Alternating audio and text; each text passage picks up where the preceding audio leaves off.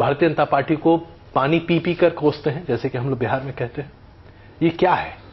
देखिए, एक चीज तो है कि आज देख रहा हूं, जो राजनीति में अगर बदलाव देखें तो आज ये देख रहा हूं कि हर पार्टी में जी वो भाषा या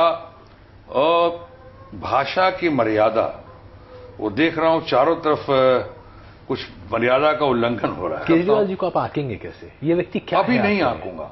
अभी मैं देखिए उनकी इज्जत करता हूं, उनकी भी कदर करता हूं जी। मैं केजरीवाल जी की भी कदर करता हूं, इज्जत करता हूं। उस तरह से बाकी विपक्षी जितने नेता हैं जी, जो आज इस मुकाम पे पहुंचे, इस पोजीशन में पहुंचे हैं, मैं उनकी काबिलियत की बहुत तारीफ होता है। चाहे ज्योति बासु जी हों कि अपने हमारे कांशीराम जी हों या हमारे अपने शरद पवार जी हों, ये बहुत अच्छे लोग हैं। चाहे हमारे सीताराम येचुरी हों कि हमारे अपने जितने बिहार में बहुत सारे मित्रगण हैं। या बहुत बहुत परिपक्व राजनीतिज्ञों के साथ अरविंद केजरीवाल को रख रहे हैं, तो थोड़ा सा मुझे गड़बड़ाता दिख रहा है। अभी उनको राजनीति के बनने में तो वक्त लगेगा, अभी लगेगा वक्त उनको। बट मेरा इससे ज्यादा अभी आंकना या मापना इस वक्त ठीक नहीं होगा, क्योंकि वही जैसे मैंने शुरू में कहा, मामला थोड़ा डिरेल होता है। हमारा उद्देश्य और हमारा लक्ष्य वहां है जहां अर्जुन की आंखें देख रही थी मछली की पुतली को। इस वक्त मैं देख रहा हूं अपने देश का चुनाव, कैसे हम भारतीय जनता पार्टी के परचम को लहराएं और कैसे भारत के भविष्य को सुरक्षित करने के लिए Narendra Modi the action hero, दबंग, दूरदर्शी और the action hero Narendra Modi को सामने लेकर। बिल्कुल। 2 सवाल और आपसे पूछना चाहूंगा, मैं जानता हूं आपका इस वक्त बहुत कम है। नीतीश कुमार जी आपके अच्छे दोस्त भी रहे हैं, आप लोग की अच्छी बातचीत भी होती रही, लेकिन अचानक उनको लगने लगा कि भारतीय जनता पार्टी एक सांप्रदायिक पार्टी है। क्या ये सिर्फ वोट बैंक पॉलिटिक्स है? आजकल तो वोट बैंक पॉलिटिक्स हर तरफ चल रहा है। कोई सीधे चुनाव के नॉमिनेशन फाइल करने के बाद कोई चली जाती हैं, चले जाते हैं सीधे इमाम साहब से मिलने और वोटों के भिक्षाटन के लिए। आज तो चारों तरफ चल रहा है। कहीं पोलराइजेशन के नाम पे चल रहा है, कभी किसी खास समुदाय और वर्ग के नाम पे चल रहा है, कुछ बातों को भड़काने की कहीं कोशिश की जाती है, कुछ बातों को दबाने की कोशिश की जाती है, किसी खास मजहब या उसके नाम पे या डराने की कोशिश की जाती है। ये चारों तरफ, ये ठीक नहीं है। जहां तक आपने कहा नीतीश कुमार जी की बात हो कि लालू यादव जी की बात हो, मैं तो शुरू में कहा कि मेरा कोई भी ओपोनेंट हमारा दुश्मन नहीं है। हमारा विरोधी जो है प्रतिपक्ष का है, वो है प्रतिपक्ष का। लेकिन नीतीश जी की टिप्पणी आपको खली नहीं? आपको लगा नहीं कि नीतीश जी को अचानक ये क्यों ऐसा लगा?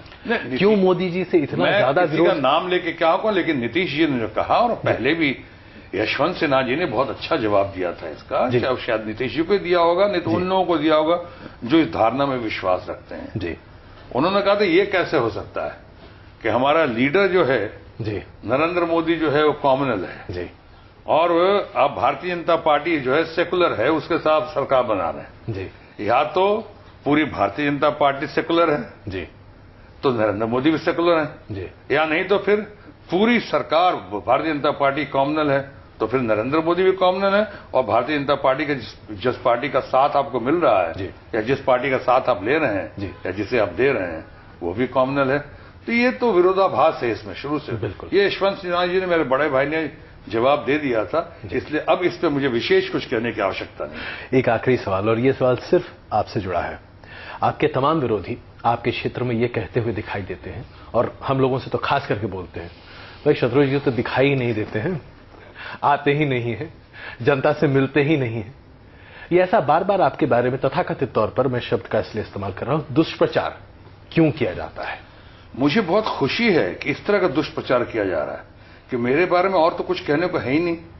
ये तो कह नहीं सकते हैं कि साहब इसने कोई गलत काम किया। भगवान की असीम अनुकंपा, अल्लाह ताला का फजल है, वाहेगुरु का आशीर्वाद है कि आज तक मेरे कोई पर्सनल लाइफ पे, मेरे प्रोफेशनल लाइफ पे, मेरे फैमिली लाइफ पे, मेरे पॉलिटिकल लाइफ पे आज तक किसी किस्म का कोई आरोप नहीं है।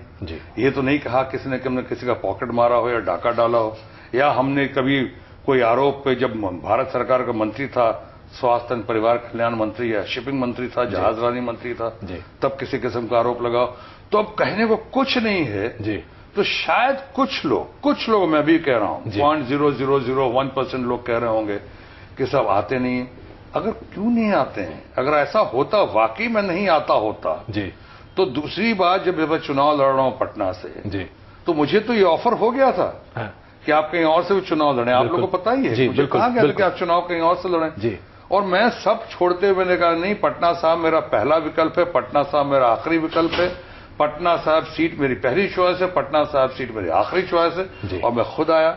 और फिर जिन लोगों ने कहा, जी, जो लोग कह रहे हैं कि नहीं आते हैं, कभी उन्होंने कोशिश की कि जरा थाने से पता करते, रिकॉर्ड लेते, कभी कोशिश की मेरे ऑफिस से पता करते, कभी कोशिश की कि हम हवाई अड्डे से पता करते।